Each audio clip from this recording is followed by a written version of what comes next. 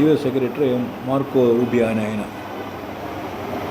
అక్కడున్న యూనివర్సిటీ ఏముంటుందంటే వాళ్ళు సడన్గా ఏం చేశారంటే పిటిషన్ వేశారు. ఏం పిటిషన్ వేశారంటే ఇలా చేస్తే మాకు ప్రాబ్లం అవుతుంది అని చెప్పి వాళ్ళు ఒక పిటిషన్ వేశారు అక్కడ ఉన్న కోర్టులో. సో సడన్ చేసినది ఇది. ఎవరిని నేను పాలిటిక్స్లో మాట్లాడలేదు. అటు ఇటు నుంచి ఇల్లు అమ్ముకున్నాం, పొలాలు అమ్ముకున్నాం, ఏదో అమ్ముకుని అక్కడ చదువుకోవడానికి వెళ్తున్నారని వెళ్తారు.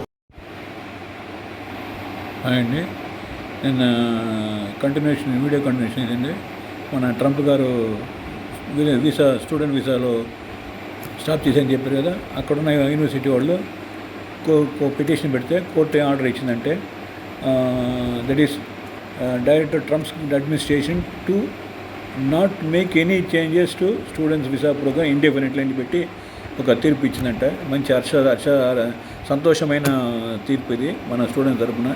మంచిది జరిగింది. మిగతా కూడా కంటిన్యూ అయితే వాళ్ళ లైఫ్ బాగుంటుంది.